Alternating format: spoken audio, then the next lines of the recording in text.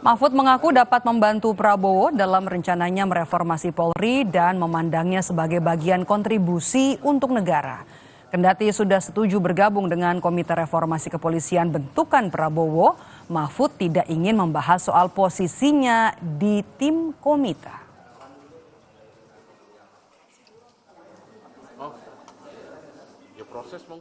Nah, disitulah kami diskusi banyak.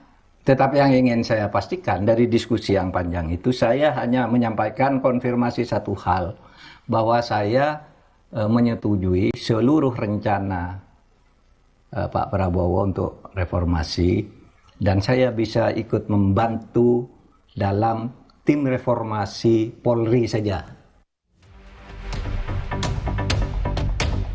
Kapolri Jenderal Listio Sigit Prabowo mengeluarkan surat perintah terkait pembentukan tim transformasi reformasi Polri. Pembentukan tim menindaklanjuti aspirasi masyarakat tentang perbaikan di tubuh Polri.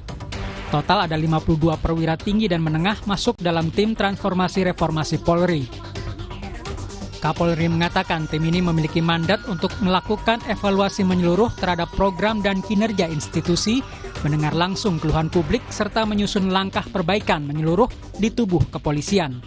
Upaya reform terhadap hal-hal yang harus kita perbaiki, baik dari sisi operasional, instrumental, kemudian dari sisi pengawasan, dari sisi-sisi yang memang selalu menjadi perhatian publik.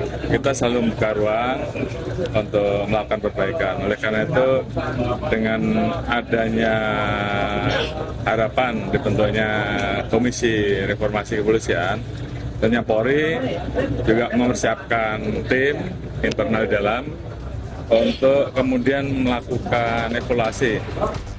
Komjen Krisnanda Dwi Laksana ditunjuk Kapolri sebagai Ketua Tim Transformasi Reformasi Polri. Hal ini sesuai dengan surat perintah Kapolri tertanggal 17 September 2025. Jabatan terakhir Krisnanda adalah sebagai Kepala Pendidikan dan Pelatihan Polri sejak 11 November 2024. Sebelumnya, ia pernah menjadi Kepala Sekretaris Pimpinan Lemdiklat Polri dari 23 Desember 2022 hingga 11 November 2024. Lulusan Akpol pada 1989 ini juga pernah menjabat Direktur Keamanan dan Keselamatan Korlantas Polri. Mantan Kabar Eskrim sekaligus penasihat Kapolri Ito Sumardi menjamin tidak ada konflik kepentingan di tim transformasi reformasi bentukan Kapolri karena diisi perwira tinggi dan menengah Polri. Ito mengatakan tim transformasi ini akan mengundang pihak luar untuk memberi masukan. Saya kira tidak ada konflik kepentingan ya, Mbak. Itulah mengapa kemudian tiba-tiba untuk penasihat ahli ini menjadi sekian banyak ya. Dari berbagai disiplin ilmu, kemudian juga melibatkan dari pihak luar nanti di dalam untuk diundang oleh tim reformasinya Pak Krisnanda. Dan juga saat ini saya melihat daripada keseriusan Polri yang dikomandani oleh Bapak Wakapolri, Pak Dedi ya, saya kira beliau itu sangat concern untuk bagaimana memperbaiki Polri. Sementara Direktur Eksekutif Amnesty International Indonesia Usman Hamid menegaskan para perwira tinggi dan menengah yang masuk di tim bentukan Kapolri tidak akan bisa maksimal mengkritisi kinerja kepolisian. Tapi selama ini kan daya kritisnya rendah sekali, bahkan nyaris tidak ada gitu. Jadi untuk apa berada di dalam kalau tidak misalnya mendorong perubahan yang besar gitu. Atau yang kedua, kalaupun misalnya Kapolri ingin melibatkan unsur masyarakat, mengapa tidak dari luar sekalian? Kenapa harus diambil dari dalam kembali? Jadi mereka memiliki konflik kepentingan karena mereka berada di dalam status penasehat Kapolri dan tentu saja menerima remunerasi, menerima status hubungan formal dengan kepolisian sehingga saya khawatir kehilangan daya kritisnya.